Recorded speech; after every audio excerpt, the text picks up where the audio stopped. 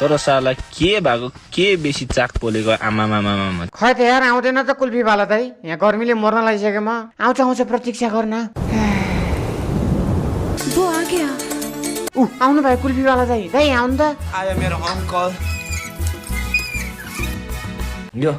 welcome काले दाइ कुल्फी खाम न कालो कुल्फी खान्छ आइसक्रिम चाहियो भने क्या त्यो खासमा त्यस्तो नि कुल्फी हुन्छ र थरी थरी हुन्छ दुनियाँमा राम्रो हुन्छ नराम्रो हुन्छ सेतो हुन्छ कालो हुन्छ इज्जतका साथ बोल भोसडी के यो के गरेको इज्जतका साथ भोसडी के भनेको भैया दुईटा कुल्फी हान्दिम न त हान्दिउँ ए दाइ पनि खाने तिनटा दिनु त त्यसो भए थ्याङ्क यू गाइज होइन दाइ हात जोड्न पर्दैन यो गर्मीमा सबैले सबैको साथ दिनुपर्छ के कति सानो हुन्छ नि कुल्फी नेपालीको यत्रै हुन्छ मतलब चुप्लाएर खा त बल्ल बल्ल पाइरहेछ झन् खान टेढो मेढो मुजी मलाई मन पर्दैन म्याथ सिक्ने यही हो अन्तिम कुल्फी लामो देखा नि त तिम्रो झन् टेढो छ मेरो बिल्ला भयो यार धेरै नै बिल्ला भयो जसलाई बिल्ला लागेको छ फक यु मदरफकर्स कस्तो स्वादिलो कुल्फी यार ल है ल गाइस ल लेट्स गो है कता कता खै कुल्फीको पैसा दाइ कति भयो होला पैसा तँलाई थाहा होला नि 90 रुपियाँ भयो कस्तो रहेछ हिसाब किताब मैले हानिसकेँ क्या यहाँनिर कसरी भयो त्यत्रो एउटाको 30 रुपियाँ हो कस्तो सानो थियो त कुल्फी कति धेरै हुँदा नि पैसा चाहिँ अब यस्तै छ यार यस्तै छ पारा यस्तै छ ताल जस्तो छ पैसा त्यस्तै छ माल दुधको भाउ बढ्नाले कुल्फी पनि महँगो भएको छ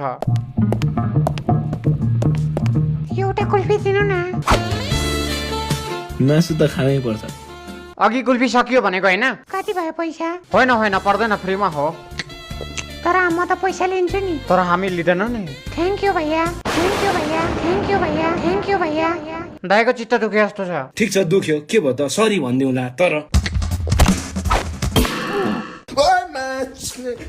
छि यस्तो कुल्फी बेच्नुहुन्छ तपाईँ तर सयको भैया मारु जहाँबाट लौडी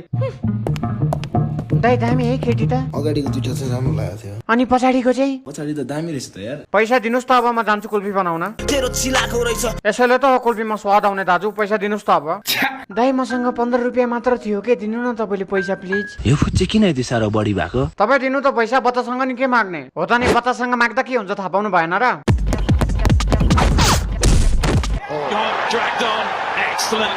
खाइस अबदेखि नबुझिकन नबोल हाँस उठ्छ यो मुजीहरूलाई देख्दाखेरि